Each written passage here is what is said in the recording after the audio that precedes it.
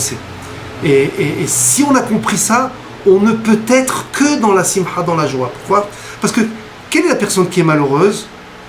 La personne qui est malheureuse, qui n'est pas dans la joie, c'est celle qui pense que quoi? Que moi, il m'arrive que des crasses à moi.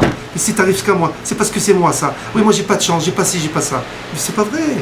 Si tu te rends compte qu'Hadjbroui t'envoie ça pour que tu te réveilles, tu vas voir que tout va être facile. Et si malgré tout, tu te rends compte de ça, mais tu arrives dans cette truc, c'est pour que tu avances beaucoup plus, pour que tu améliores plus, alors tu ne peux être que Bessim. Ah, parce qu'Hadjbroui, il t'a mis dans cette situation-là. Regardez bien, tous les rabbanim, tous les gdolim. La simha, ça veut pas dire un nul hurberlu, hein, qui est quand même. Si joyeux, voilà, si joyeux, allez dans ma secrétaire, si joyeux. C'est pas ça. La simha, elle n'est pas seulement sur le visage. Alors, il faut sourire et tout ça, oui. Il faut être neuf, oui, sourire, bien comme il faut. Mais ça veut dire la vraie simha, elle est dans le cœur. C'est-à-dire que je me crois une aide. Moi, je fais ce que j'ai à faire. J'ai ma ishtadlout, je fais mon effort personnel, je fais ce qu'il y a à faire. Et après tout ça, c'est que je me rends en fin de compte. Il ne me met pas dans cette situation-là. C'est que Behemet, que je me crois, il ne veut pas. Alors, écoutez, mais je vais vous dire. C'est ce qui s'est passé dans la Gemara, pour vous montrer que des fois on prie, et on veut forcer les choses, et quand on force les choses, c'est à ce moment-là d'Afka que ça ne va pas. Par contre, si on fait ce qu'on a à faire, sans forcer les choses, c'est-à-dire en faisant notre travail personnel, mais ça ne vient pas de deux choses l'une. Soit que je voudrais que ça vienne après, soit je ne veux pas que ça vienne du tout. Pourquoi? Parce que ce n'est pas bon pour toi. Alors, regardez bien, vous savez que il y avait deux grands rabbanim de l'époque de la Gemara, très très grands, de Hamoudim, de colonnes. Un il s'appelait Rabba et l'autre il s'appelait Rabbi Yosef. Rabba, oui, il était très très fort dans le raisonnement. Dans la Gemara, dans le raisonnement, tout ça, il était capable de te démonter par raisonnement énormément de choses. Il était très très fort, un raisonnement inimaginable. Et tu avais Rabbi Yosef, lui, il connaissait toute la halachot entièrement, par cœur, il connaissait toute la Torah entière, il la connaissait. Et on a décidé de nommer un Rosh Yeshiva, Alors on a demandé, qu'est-ce que c'est qui est plus important pour un Rosh Yeshiva? Est-ce que c'est quelqu'un qui connaît beaucoup, énormément toute la Torah, mais dans la force de raisonnement, il peut y avoir mieux, ou alors c'est la force de raisonnement le plus important, et la connaissance totale de la Torah, c'est pas tellement grave. L'essentiel, c'est d'apprendre à raisonner, de raisonner et d'enseigner ça. Alors ils ont demandé, et ils ont dit la force de connaître la Torah, Sinaï, c'est plus important. Sinaï, c'est toute la Torah, c'est plus important que Oker et Harim, de déraciner des montagnes, c'est par la force de raisonnement. Et donc ils ont demandé à Rav Yosef, que lui il était dans il avait le CV pour ça. Ils ont demandé à Rav Yosef, est-ce que tu veux être le Rosh Yeshiva? Et alors, quand il a su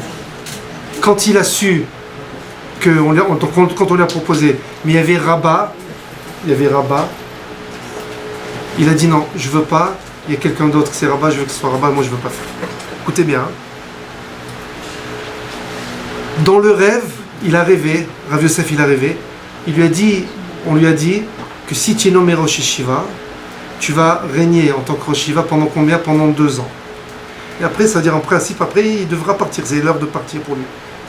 Il a refusé, il a dit non, moi je veux que ce soit Rabba qui fasse, je veux pas que ce soit moi. Écoutez bien, hein. Rabba, il a régné pendant combien de temps? Il a régné pendant 20 ans, en tant que Rosh Yeshiva. J'emploie le mot régner, parce que comme ça, la Gemara l'emploie. D'accord? Il a conduit la Yeshiva pendant 20 ans. Quand Rabba il est niftar, il est mort, alors on a demandé à Rav Yosef. D'être Rosh Yeshiva. Et il a été Rosh Yeshiva pendant combien? 2 ans et demi. Écoutez bien, ça fait qu'en réalité, s'il avait accepté Rav Yosef depuis le début, combien de temps il aurait vécu? 2 ans. Maintenant qu'il a dit non, il me semble qu'il y a quelqu'un de plus apte que moi, c'est qui? C'est Rabba. Il a vécu 20 ans du règne de Rabba, plus encore 2 ans et demi de son propre règne. Ça veut dire, au lieu de vivre que 2 ans, il a vécu combien? 22 ans. 22 ans et demi. Je ne sais pas si vous vous rendez compte ce que ça veut dire. Ça veut dire, des fois, on force des choses. On veut forcer des choses. Alors, si on fait tout pour, et que ça ne vient pas, il ne veut pas. Il ne veut pas, c'est pas bon pour toi. Ah, tu t'en rends pas compte maintenant? Tu t'en rends pas compte. Mais tu t'en rends compte peut-être plus tard. Ou ça sera peut-être pour tes enfants. Et donc, c'est pour ça que il faut tout faire.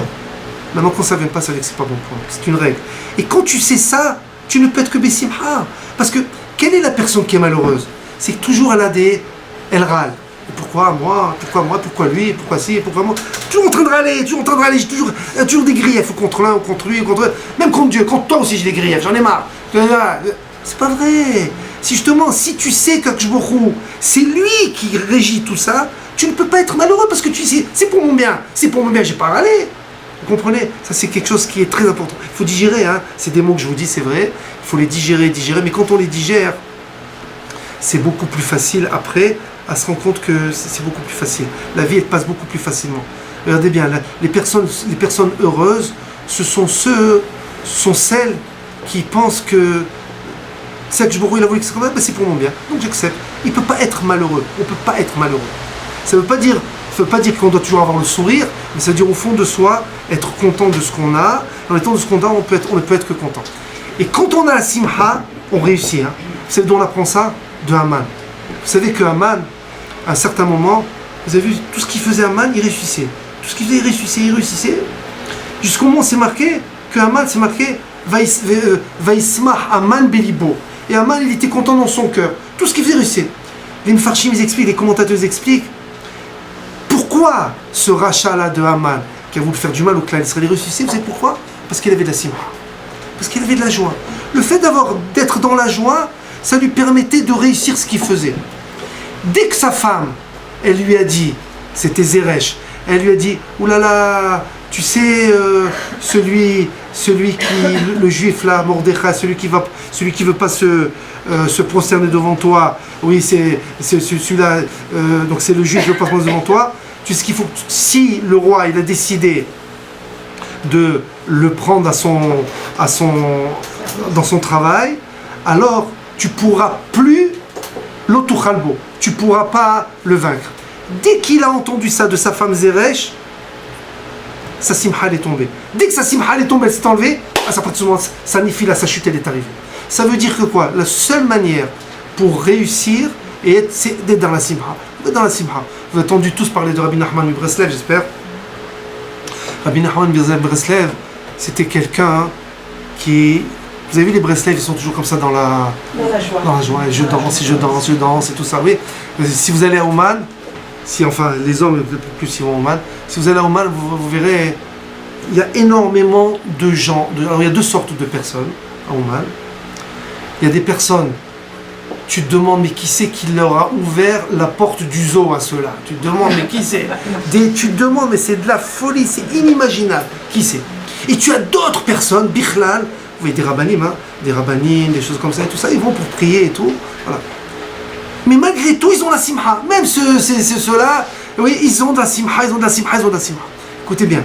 Alors, Rabbi Nachman de Breslev, il a dit la chose suivante.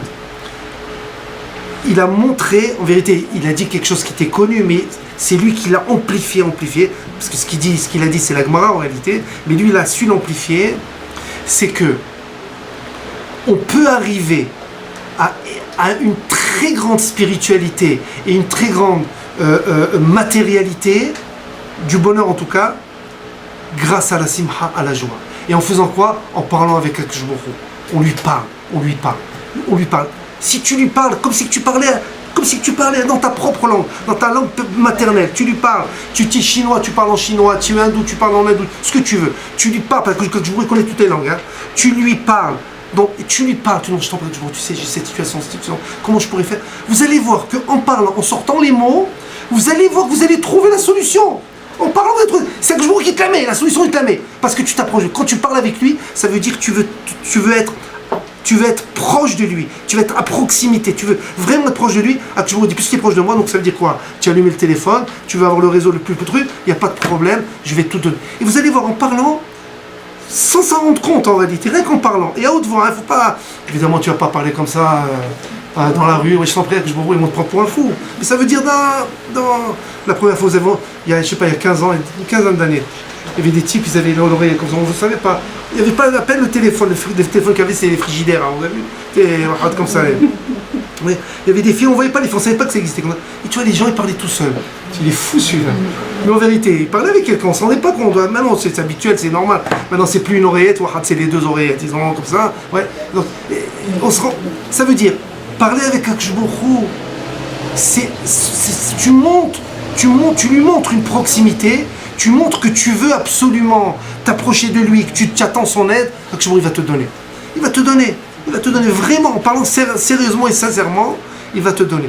Regardez des fois, vous avez nos grands-mères des époques précédentes, même l'époque il y a 50 ans, 60 ans. Vous n'avez pas vu quand elle parlait, elle parlait comme ça toute seule, elle parlait toute seule. Et bien c'était les femmes, elles étaient les plus heureuses du monde, jamais elles râlaient. Il n'y avait jamais, et pas de râlage. Vous vous rappelez de ça? Ça râlait pas. Ça râlait pas. Dans rien, ça râlait pas. Ils étaient contents de ce qu'ils faisaient. Pourquoi? Parce que ce qu'ils faisaient, ils étaient pessimha. Il était Bessimha. Le fait qu'il faisait Bessimha, automatiquement, la vie elle coulait, c'était beaucoup plus facile. Ah, on t'a pas dit. Nous, vous savez, c'est quoi le problème chez nous? Le problème chez nous, c'est qu'on pense que la Simha, la joie, c'est synonyme de facilité. C'est ça notre problème à nous. En réalité, si je veux être Bessimha, il faut que ce soit tout facile pour moi. C'est pas vrai. C'est pas vrai du tout. Oui. Imaginez-vous, vous êtes un grand sportif. Et vous êtes mis à courir, vous avez couru, je sais pas, pendant 5-6 km. Après, vous êtes fatigué, vraiment éreinté, vous transpirez. Mais après coup, vous avez de la joie ou vous n'avez pas de la joie? Peut-être que vous avez de la joie, vous avez de la simha. Oui, mais quelqu'un qui a mangé des pizzas, il a mangé tout, il prend de l'embonpoint. Vous avez vu j'ai vu, une fois j'étais à Strasbourg.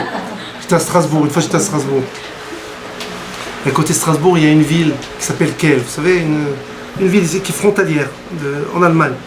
Et une fois comme ça, j'ai promené les enfants et il y avait un concours de bière. Un concours de bière. Et c'était quoi le concours de bière? Qui c'est qui buvait le plus de bière? Le plus de chocs de bière. Et certainement, il y avait des types, ils étaient de gros comme ça.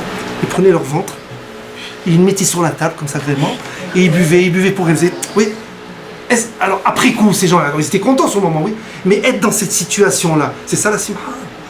Pas ça. Par contre, tu as couru 5 km et tu te sens svelte, tu te sens bien beau gosse et tout ça. C'est sûr que tu as une simha. Malgré que quoi, tu t'es fatigué de ça. Ça veut dire qu'il ne faut pas croire que la simha, c'est synonyme de facilité. Le problème chez nous, c'est pas, quand on éduque nos enfants, on a des problèmes. C'est difficile, il est dur, c'est difficile. Alors qu'est-ce que tu vas baisser les bras, tu crois que tu vas réussir? Justement, tu vois que les enfants ça pousse comme des champignons. Pousse pas comme ça, mais il faut s'y mettre, il faut que tu. C'est pas ça que tu rêves du travail. Oh, il me saute celui-là, mais je suis fatigué, moi toute la journée j'ai travaillé, je peux pas. Ben non, pas du tout, il faut que tu te mettes, il faut que tu rentres. Et tu vas avoir la simha que tu vas avoir. Si tu prends ça, pas en tant que difficulté, en disant. Il n'y a qu'à moi, maintenant moi je suis fatigué, il n'y a que maintenant qui me demande de faire ça, tel exercice il n'a pas complété, il n'y a que maintenant qui me demande ça, si tu dis oui je prends, c'est normal, c'est mon travail à moi, c'est difficile, mais après quand tu l'as aidé, d'abord tu auras une proximité avec ton enfant, d'abord il va t'aimer, et non seulement ça, mais après dans les moments les plus difficiles, il va se rapprocher de toi parce qu'il va te demander conseil. Pourquoi? Parce que je sais sur qui compter, pour pas sur moi. Mais si quand ils étaient petits déjà, oh tu me fatigues, ça suffit, écoute, va jouer. Allez tiens, demain je t'achète un portable, allez tu vas jouer, tu vas faire le truc comme ça, va demain. Quand ils grandissent, vous croyez qu'ils vont demander conseil, surtout quand ils arrivent dans l'adolescence. Un moment très très difficile, l'adolescence. Oui, ils sont perturbés complètement, ils savent pas où ils en sont eux-mêmes, ils sont des grands fatigués les pauvres. Oui, quand tu les vois comme ça, mais il va pas te demander conseil. À qui va demander conseil? Ou t'es aussi un copain de la rue, ou alors un mec qui fume du shit, ou tu sais comme ça. Mais si maintenant, depuis qu'il est petit, il a vu que son père et sa mère, ils étaient proches de lui, ils lui ont pas donné tous ses caprices, mais ils lui ont donné ce qu'il avait besoin pour progresser, pour se bâtir. Tout le temps, il ira chez son père ou chez sa mère pour demander conseil. Vous comprenez ça? C'est quelque chose de très très important. Et ça ne se fait que Bessimha. Et vous savez comment on transmet la simha?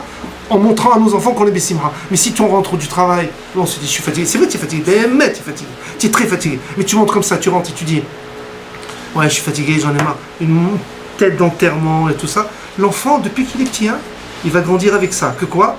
La manière de vivre quand on rentre du travail, c'est que tu dois être Michon Neuf, c'est comme ça, on doit être comme ça. C'est comme ça, c'est obligé, on doit faire comme ça. Il va vivre avec ça, il va croire que c'est comme ça. Il va être malheureux lui-même.